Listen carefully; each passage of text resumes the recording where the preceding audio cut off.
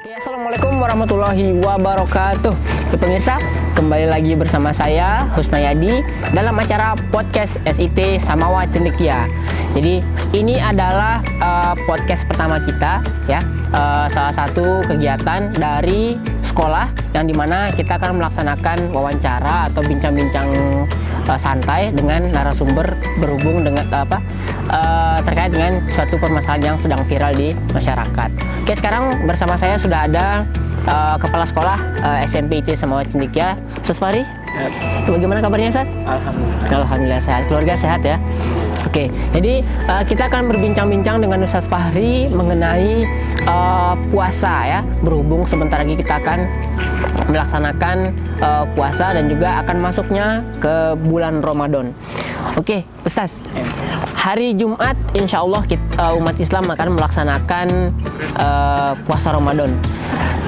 Apa sih persiapan yang harus kita lakukan untuk menyambut Ramadan ini, Ustaz? Jadi yang pertama saya ingin meluruskan bahwa kebanyakan orang menganggap bahwa puasa itu adalah sekedar rutinitas. Jadi kita berpikir menu makanan apa dan apa yang bakal kita lakukan di Ramadan, tapi kita lupa hal yang paling penting adalah niat. Jadi sebelum masuk dalam Ramadan, niatnya kita itu harus kita persiapkan.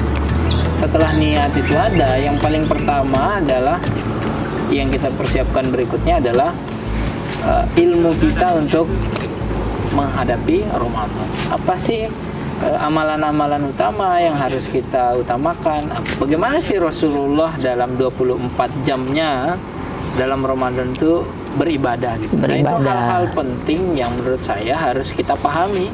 Dan setelah itu barulah kita melaksanakan apa yang kita pahami. Berarti dari niat dulu, Ustaz ya? Yes, paling pertama dan yang utama yang harus kita pahami betul adalah niat. Oke, jadi yang pertama yang harus kita sadari adalah harus perbaiki niat dulu, bukan hanya sekedar memikirkan apa makan nanti malam, apa buka puasanya, minumannya gitu. Oke, terus ini Ustaz, puasa kali ini kan itu bisa dibilang agak sedikit berbeda dari puasa-puasa sebelumnya. Jadi kalau sekarang itu kita sedang berada dalam pandemi yang sama-sama kita tahu corona. Menurut Ustaz nih, kira-kira ada nggak perbedaan yang benar-benar mencolok dari puasa tahun ini dan juga dengan puasa yang tahun-tahun sebelumnya yang dimana sekarang kita dalam pandemi gitu, Ustaz?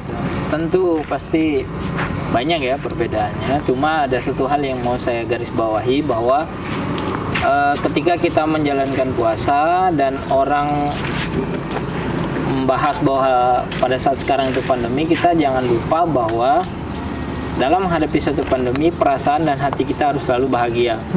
Dan beberapa hari ke depan itu adalah hal yang membahagiakan bagi seorang muslim yang memahami bahwa Ramadan itu adalah bagaikan Nabi Yusuf di antara 11 saudaranya. Kemuliaan Ramadan itu seperti Nabi Yusuf dibanding 11 saudaranya. Bagaimana itu, Ustaz? Nah, artinya maksudnya bahwa kita itu harus bergembira dengan hati yang gembira, maka ancaman virus juga itu kan seiring imun yang bagus, hati gembira, imunnya bagus, tentu efek virusnya juga akan melemah gitu. Jadi bahagia itu mempengaruhi kesehatan gitu juga. Betul. Jadi dari awal kita harus dalam kondisi senang dan bahagia. Nah, setelah itu berjalan dia nggak hanya sekedar bahagia. Tentu apa sih yang berbeda itu kita menyerahkan diri kita kepada yang mengerti. Ya tentu saja ya dalam hal ini yang dimaksudkan oleh ulama. Jadi yang paling penting adalah kita mendengar apa himbauan dari pemerintah, wabil khusus kepada ulama-ulama yang sudah berfatwa. Nah, mungkin ada beberapa hal yang perlu saya ingatkan juga terkait sholat berjamaah, terkait nanti tarawihnya seperti apa, dan bagaimana sahur. Mungkin sudah tidak ada lagi sahur on the road, jadi kita fokus sahur dan buka puasa di rumah masing-masing. Tidak lain dan tidak bukan ini untuk mencegah penyebaran dari virus corona. Oke, jadi seperti itu tadi ya. Harus bahagia, Ustaz ya. Jadi kalau kita nggak bahagia itu nanti akan penyakitnya gampang masuk. Jadi salah satu hal yang membuat kita sehat itu adalah perasaan. perasaan. Oke, tadi berhubung Ustaz bahas tentang tarawih nih Ustaz ya. Tarawih. Sekarang kan kita tahu tuh pemerintah menghimbau untuk tidak melaksanakan berkumpul-kumpul karena itu akan menyebabkan penyebaran virusnya semakin kencang atau semakin besar. Nah, terus juga fatwa dari pemerintah itu mengatakan bahwa kalau bisa jangan dululah kita sholat berjamaah atau sholat Jumat, sholatnya di rumah aja gitu. Nah, terus untuk menghadapi tarawih itu bagaimana Ustaz? Karena kalaupun kita sholat di rumah itu serasa kayak seperti nilai atau girah dari puasa itu tuh agak kurang gitu Ustaz. Terus menurut Ustaz itu bagaimana itu? Betul. Inilah kita jadi belajar ya, ada hikmah dari kejadian. Sesuatu yang berbeda itu pasti tidak menyenangkan. Tidak menyenangkan, pasti itu. Tarik pada zona tertentu pasti tidak menyenangkan. Nah, di sini yang diuji adalah betul-betul hati kita diuji, apakah hati kita sudah ikut beribadah atau tidak. Jadi ketika hati itu sudah tepat, makanya dalam kondisi apapun dia akan tetap bernilai sama gitu. Nah, jadi ketika kita sholat yang biasanya sholat di masjid, jamaahnya ramai, terus kita di rumah pasti akan berbeda. Tapi hati yang sudah pas itu walaupun di rumah dan di masjid, saya yakin harusnya itu sama. Harusnya karena sama ya. Masalah kita dengan Tuhan. Yang berikutnya adalah yang ingin saya sampaikan juga adalah pentingnya kesadaran diri. Kesadaran diri.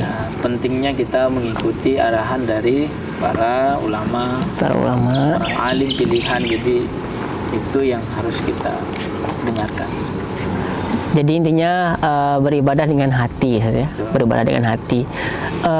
Ya walaupun kita tahu segala sesuatu kebiasaan yang apabila kita tinggalkan, jadi itu akan merasakan sesuatu yang berbeda, ada yang aneh. Contohnya seperti orang yang selalu melaksanakan sholat berjamaah di masjid, terus tiba-tiba disuruh untuk sholat di rumah, jadi pasti agak sesuatu yang berbeda. Kenikmatannya berbeda. Itu untuk orang-orang yang benar-benar memahami, ya. Oke, untuk yang selanjutnya Ustaz. Sekarang ada beberapa tempat yang bisa dikatakan tuh zonanya zona hijau, jadi bukan zona merah. Nah, melaksanakan sholat Jumat juga, atau ada yang melaksanakan sholat berjamaah, sholat wajib, tapi dengan jarak-jarak yang berjarak lah, tidak seperti safnya dirapatkan. Itu bagaimana Ustaz? Ya, kalau terkait zona hijau saya kira tidak ada halangan ya, justru kita sholat berjamaah dan sholat Jumatnya itu normal.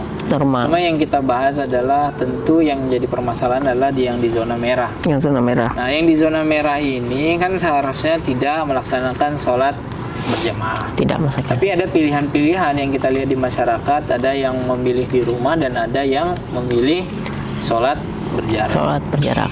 Nah, ini dua hal yang memang baru kita dapati sekarang, dan saya lebih melihat ini kepada ijtihadnya. Jadi ada beberapa masjid yang memilih kita sholat di masjid tapi berjarak sekitar 1 meter.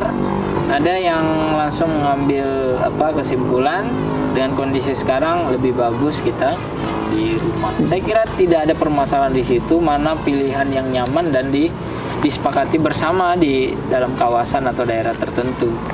Yang penting adalah kita betul-betul memahami kondisi. Jadi Rasulullah ketika hijrah pun ada proses beliau berada di Gua Sur. Kita tidak meragukan Rasulullah itu takut dengan Allah. Mungkin manusia yang paling takut dengan Allah itu adalah Rasulullah. Tapi kenapa Rasulullah ikhtiarnya salah satunya adalah berdakwah secara sembunyi-sembunyi. Lalu ketika hijrah beliau tidak secara terang-terangan. Dan kita lihat dalam beberapa sirah misalnya bahwa Rasulullah juga sempat digantikan posisi tidurnya gitu, Ali bin Abi Thalib. Nah, ini kita harus sama-sama memahami bahwa ketika ada ancaman kemudaratan yang tinggi, maka tentu kita lebih baik menghindarinya. Lebih baik menghindari. Di situ konsekuensinya ada kebaikan yang hilang. Berarti menghindarinya itu kalau yang sholat itu menggunakan sholat yang berjarak-jarak itu. Boleh dengan berjarak-jarak ataupun di rumah, ini tergantung dari dari yang saya baca Ustaz, ini saya mau koreksi aja ya, benar apa enggaknya. Saya baca ulama mengatakan bahwa, sebagian ulama ya mengatakan bahwa apabila sholatnya itu berjarak-jarak, itu tidak dihitung sebagai sholat berjamaah. Apakah itu benar Ustaz? Terus apakah esensi dari sholat berjamaah dengan berjarak seperti itu nilainya sama seperti yang sholat dengan saf yang benar, baik, yang dekat itu? Pandangannya Ustaz itu bagaimana? Kembali pada statement saya sebelumnya bahwa ini bagian dari ijtihad. Bagian dari ijtihad. Dari beberapa ulama yang menganjurkan untuk tetap sholat di masjid karena pertimbangan keutamaan masjidnya, lalu merelakan tadi karena sunnahnya adalah sholat itu harus rapat gitu. Nah, tapi di sisi lain ada orang yang memilih bahwa ya kita sholat berjamaahnya di rumah, meniadakan keutamaan masjid tapi lebih mengutamakan sholat berjamaah yang sesuai dengan sunnah Rasulullah. Jadi saya berada pada posisi bahwa tidak memposisikan mana yang lebih baik dari buruk, mana yang baik dan buruk, tapi saya memposisikan diri bahwa semuanya adalah ijtihad daripada ulama dan memiliki pertimbangan masing-masing. Tinggal jangan sampai kita yang sholat berjarak itu tidak paham kenapa berjarak. Saya yang ke rumah tidak memilih sholat di masjid dan berjarak itu ya hanya sekedar ikut. Yang paling penting adalah kita memahami. Ya, berarti kuncinya ijtihad ya. Ijtihad bisa benar, bisa salah. Kalau ijtihadnya benar dapat pahala 2, kalau ijtihadnya salah dapat pahala 1. Dan ini juga mungkin tentang ikhtilaf di para ulama ya. Kita bisa menggunakan mana yang menurut kita itu benar dan juga sesuai dengan kondisi ya. Oke. Nah, terus Ustaz, tentang tadi kan udah sholat berjamaah nih, sesuai dengan anjuran para ulama. Tentu saja para ulama itu tidak salah-salahan untuk membuat fatwa gitu. Nah, sekarang tentang yang sholat Jumatnya nih Ustaz. Kita balik lagi ke sholat Jumat. Kalau tidak salah ya, mohon maaf kalau saya salah, dalam hadis dikatakan apabila seseorang itu tidak melaksanakan sholat Jumat 3 kali berturut-turut, maka dia dihitung kafir dalam pelaksanaannya. Nah, orang yang walaupun dia itu jarang melaksanakan sholat nih Ses, tapi kalaupun sholat Jumat ini kan 1 kali seminggu. Nah, walaupun dia itu jarang melaksanakan sholat, tapi kalau benar-benar 3 kali berturut-turut itu seolah-olah kayak ada yang kurang, mengganjal gitu Ses, 3 hari. Itu bagaimana itu Ses? Ya, apakah kita kafir dalam pengerjaannya karena dalam hal ini, atau karena ada rukhsah karena ada pandemi ini? Ya, yang pertama yang balik ke yang tadi, bahwa sesuatu yang berbeda itu pasti tidak nyaman. Nah, itulah yang membuat kita tidak nyaman tadi. Ini ada yang tidak biasa. Biasanya saya setiap hari Jumat ke masjid. Ya, hatta ini orang yang jarang ke masjid, yang datangnya hari Jumat saja, ya pasti juga akan merasakan yang sama. Terkait memaknai hadis ini, saya lebih tertarik bahwa kita harus memperhatikan bahwa yang dimaksud atau poin inti dari hadis ini adalah orang-orang yang lalai dalam sholat Jumat. Nah, ketika kita melihat kondisi sekarang ya, kondisi wabah virus corona ini tentu tidak apple to apple atau tidak persis sama dimaknai seperti itu, karena di sini bukan makna bahwa kita lalai, tapi maknanya adalah kita menghindari. Jadi bukan karena kesengajaan ya. Betul. Iya. Bisa dimaknai rukhsah juga boleh. Intinya adalah ini bukan atas dasar kelalaian. Jadi ketika Anda orang yang biasa sholat Jumat dan pada saat ini karena virus Anda tidak sholat Jumat, ya tentu kita memahami bahwa pahalanya sama dengan pahala seperti biasanya seperti yang sholat Jumat ya. Kita hanya diberi keringanan karena melihat kondisi ini. Jangan sampai kita jatuh kepada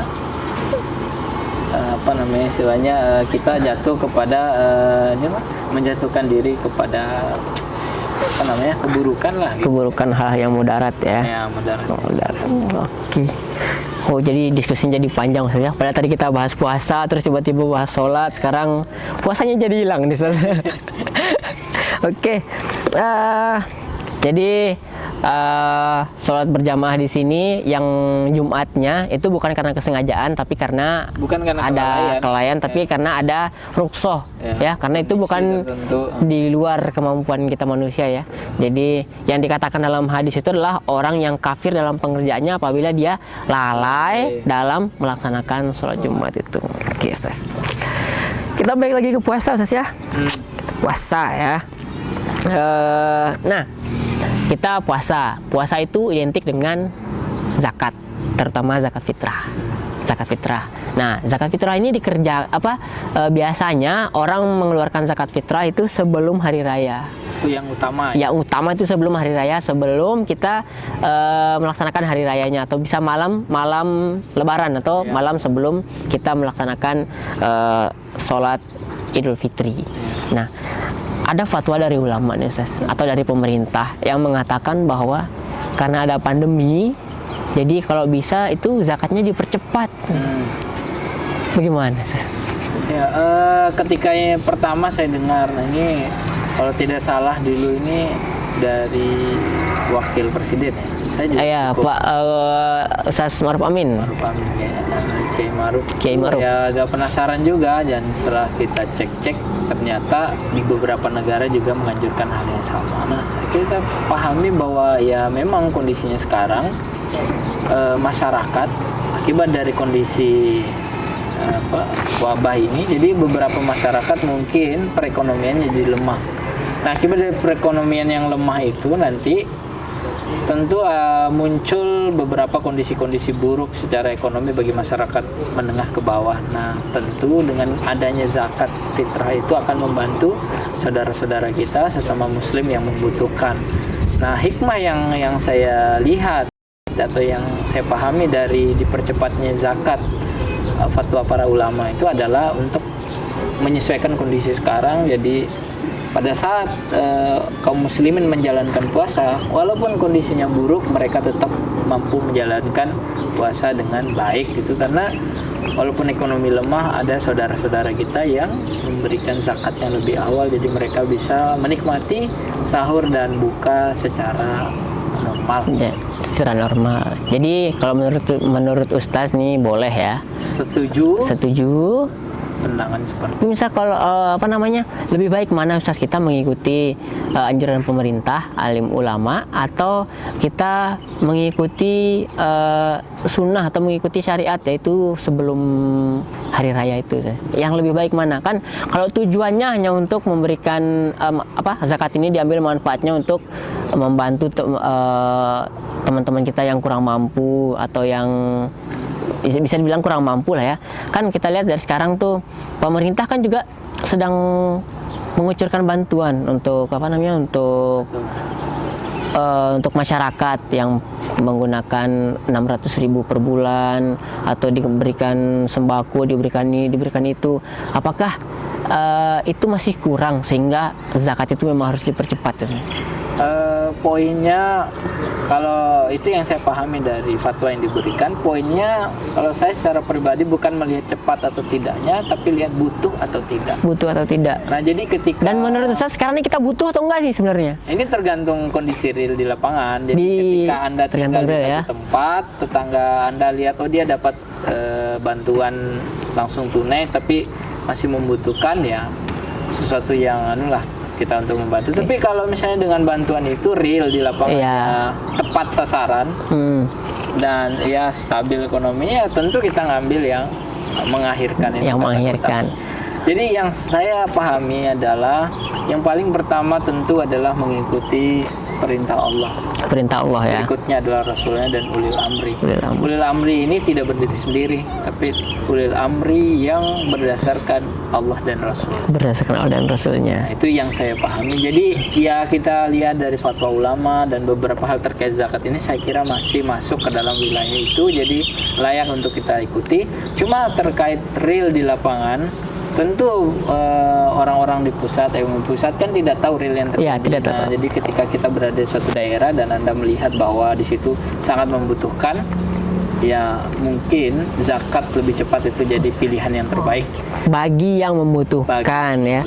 Kalau lihat dari yang membutuhkan. Nah, kalau Ustaz kita lihat nih Ustaz, kalau menurut Ustaz di Sumbawa sendiri itu bagaimana? Kan kita tinggal di lingkup sekitar sini nih. Apakah kita itu benar-benar membutuhkan atau ya nggak butuh-butuh amat sih itu? Bagaimana? Kalau pengalaman sehari-hari sejauh ini belum ya. Belum ya. Sejauh ini, tapi kita belum lihat mungkin beberapa hari ke depan. Ini kan kondisinya semakin memburuk. Makin memburuk. Nah, ini yang kita tidak tahu. Jadi ya kita tidak berharap yang paling buruk terjadi ya, seperti itulah. Jadi kita lihat ke depan. Tapi kalau untuk hari ini menurut saya belum ya. Jadi kalau belum berarti ya kita ikuti normalnya saja ya. Oke. Kita udah sampai yang terakhir nih, sesi terakhir. Ada dua hal yang ingin saya minta dari Ustaz nih, minta masukan ya. Bukan masukan sih, tapi sejenis permintaan lah. Yang pertama, apa sih saran Ustaz untuk untuk kita pribadi nih, untuk kita menyambut bulan Ramadan, saran-saran Ustaz. Mungkin tadi udah balik ya, tapi kita spesifikkan lagi, dan terutama untuk anak-anak kita nih Ustaz yang SMP kan, kebetulan Ustaz kan kepala sekolah SMP kan. Jadi apa saran Ustaz atau masukan Ustaz untuk anak-anak SMP dalam rangka untuk menyambut bulan Ramadan ini? Ya. Pesan pertama, Ramadan itu bukan sekedar hari hanya, tapi bagaimana sebelum Ramadan itu datang kita mempersiapkan diri. Jadi mulai dari sekarang kita memperbaiki niat, mengenali apa itu Ramadan, baik hikmah, keutamaannya, dan bagaimana kita beribadah di Ramadan. Dan kondisi yang sekarang terjadi tidak membatasi kita untuk meningkatkan ilmu agama kita. Jadi thalabul ilmunya tetap jalan walaupun kita tidak ada di dalam majelis. Masih banyak peluang-peluang majelis online lah. Majelis online ya. Jadi ada pertanyaan lagi nih saya. Saya dengar belajar dari YouTube gitu ya. Ya kita tidak berbicara sanad ilmu, tapi kita bicara bagaimana meningkatkan ilmu. Jadi silakan membaca buku, silakan mendengar ceramah-ceramah yang disediakan baik secara daring maupun yang sudah ada dan kita dengarkan. Dan yang paling penting adalah keluar dari Ramadan nanti ada perubahan. Keluar dari Ramadan. Dan perubahan itu akan terjadi ketika istiqomah terjadi selama 1 bulan. 1 bulan. Nah, yang paling saya wanti-wanti, maksud dari perkataan saya tadi lah, yang saya wanti-wanti adalah jangan sampai mendekati akhir intensitas itu down ya, menurun. Itu adalah penyakit yang umumnya. Ya, biasanya. Saya kira itu poinnya. Okay. Kalau untuk anak-anak spesifik ya itu tadi, tetap menjaga belajar agamanya, tetap jalan dan menjaga keistiqomahan. Tetap menjaga keistiqomahan. Jadi di saat Ramadan berlalu kita menjadi orang yang lebih baik dari sebelumnya ya, lebih dekat dengan Allah gitu. Oke, seru sekali perbincangan hari ini ya. Oke, Ustaz, kita udah sampai di ujung nih. Sebelum itu saya mengucapkan terima kasih banyak atas partisipasi Ustaz, udah mau datang jauh-jauh dari Labuan ke sini ya. Untuk sudah menjadi narasumber di sini. Oke. Baiklah. Nah, mungkin hanya itu saja bincang-bincang kita dengan Ustaz Fahri hari ini. Mudah-mudahan kita bisa dapat mengambil pelajaran dari apa yang beliau sampaikan tadi, dan sampai jumpa di podcast berikutnya. Assalamualaikum warahmatullahi wabarakatuh.